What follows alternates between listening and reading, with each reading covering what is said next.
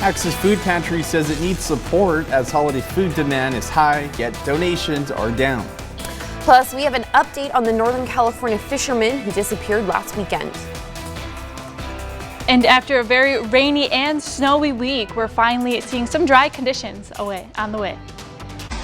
Watching out for you. This is NewsWatch 12 this morning. Good morning. The time is 6 a.m. on Tuesday, November 26th. Welcome to NewsWatch 12 this morning. I'm David Alvarado. And I'm Brinkley Hill. Let's check in with Stormwatch 12 meteorologist Sarah Kress.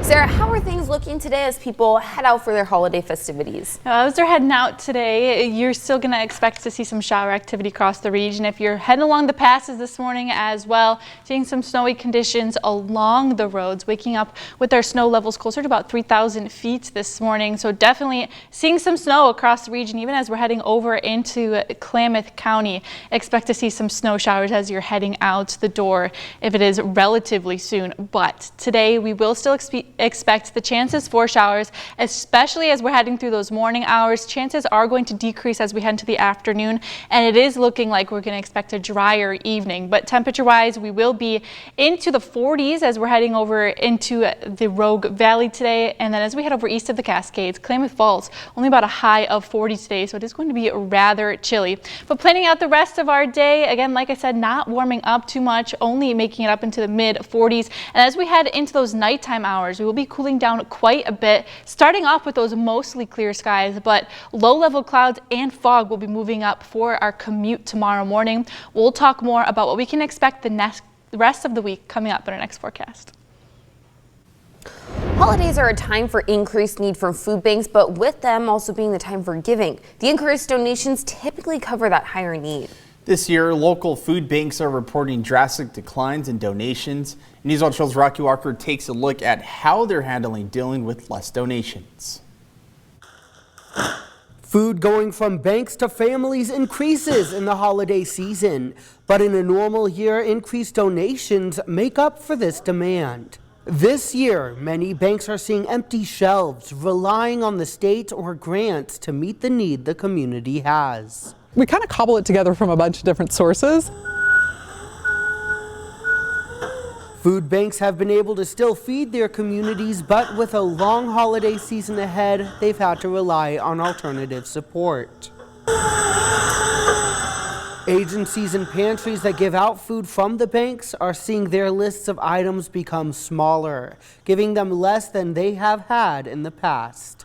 The list may be a little thinner at this time of year because we're serving so many more people. The Josephine County Food Bank says they received half, if not less than half, of the normal donations for this time of the year. While more people are hosting food drives, even those are not as successful as they've been in the past. Really what we've found is that we haven't been able to provide, as far-reaching as we'd like. Because in the current economy, donations have decreased. I expect a lot of people are just pinching their pennies a lot more and don't have the funds to donate like they'd like to. So they're asking the community for help and helping to meet the local need for food. We ask that people just continue to help out wherever they can, and every little bit counts. So even if you don't feel like it's much, it's something, and we can certainly put it to good use. You can find information on ways to support your local food bank on our website, kdrv.com. In Medford, Rocky Walker, NewsWatch 12. As Rocky reported, holiday food needs are rising and we can help. NewsWatch 12 and Ray's Food Place is working together for this year's Stuff the Truck campaign. And with your help, we plan to stuff an entire semi-truck this holiday season with your food donations. We were at Ray's Food Place in Central Point when we caught David Curran in the act of donating to our Stuff the Truck campaign.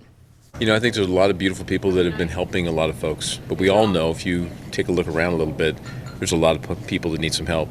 Some of them want help, some of them don't want help. But the reality is that it's hard in their situations to be able to figure out how to navigate that. You donate $25 at any Ray's Food Place by buying pre-packaged bag of groceries worth $40. You can also donate in other amounts online at kdrv.com.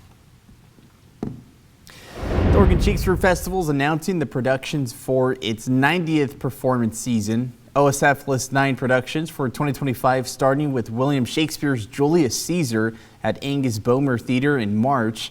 It shares the venue with Oscar Wilde's The Importance of Being Earnest, March through October. OSF's Thomas Theatre hosts Fat Ham, March through June, then Shakespeare's As You Like It, April through October. In Siskiyou County, early season snow is causing the green light for Mount Shasta Ski Park. The park has announced its opening day for this ski season is Wednesday, December 11th. The ski park's office says it has a lot of work to do still, and its crew is very busy. And that crew still has some jobs available for the season. Any interested applicants can look for opportunities at skipark.com/employment.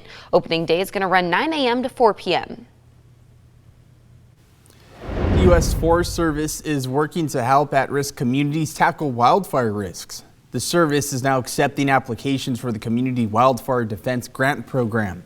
This program offers grants up to $250,000 for community wildfire protection plans and up to $10 million for larger resiliency projects. Over the past 2 years, more than $100 million has supported 45 projects in Washington and Oregon. Medford is looking at changing city code to allow more space for mobile vendors and businesses.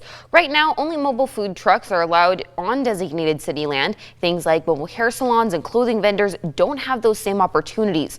Mobile businesses are only able to operate in very specific conditions and spaces. One mobile business told the city that these regulations are making it difficult to have a consistent presence in the community. Potential changes could allow these businesses to operate in more spaces. The Planning Commission documents say these mobile units can provide low cost and low barrier opportunities for entrepreneurship.